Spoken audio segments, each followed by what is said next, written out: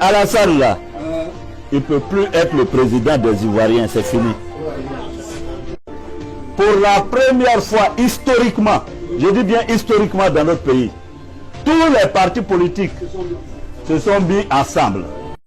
Aujourd'hui là, quand on s'aime ou qu'on ne s'aime pas, on n'a qu'une seule contradiction principale, c'est Alassane. Il faut le chasser d'abord. Parce que dans ce palabre-là, il y a deux dates qui sont importantes. Il y a le 31 octobre et il y a le 1er novembre. Alassane, lui, prie. On dit qu'il tue les bœufs là-bas jusqu'à on ne peut pas compter. Les pauvres bœufs. Pour pouvoir se réveiller le 1er novembre. Et puis il dit, je suis président. Et nous on se bat pour pouvoir l'attraper le 31, au plus tard. Le 31 octobre, il n'y aura pas d'élection.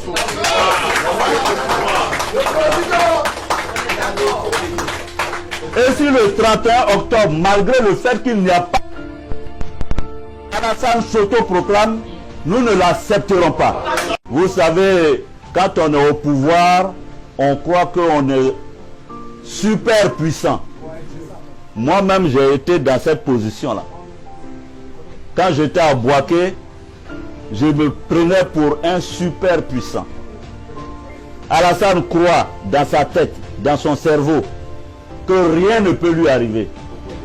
Alassane croit qu'il est un demi-dieu, mais qu'il se trompe. Je lui donne un rendez-vous. Il sera assis à terre et puis on va lui donner des conseils.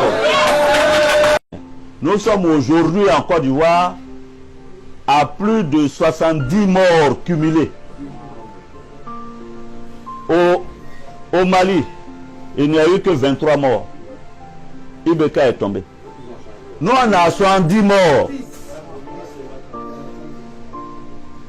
par les milices de Ouattara.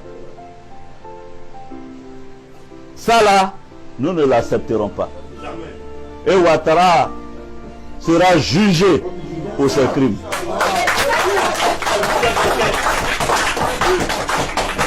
Je suis déjà allé à l'Union européenne pour demander des sanctions. Ça se fera. Mais nous-mêmes là, on ne va pas envoyer Alassane quelque part. Nous, on va le juger dans notre pays.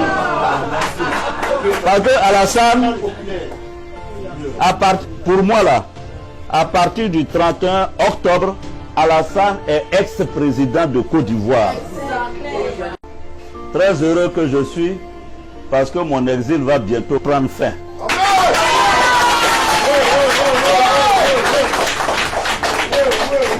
Je suis content.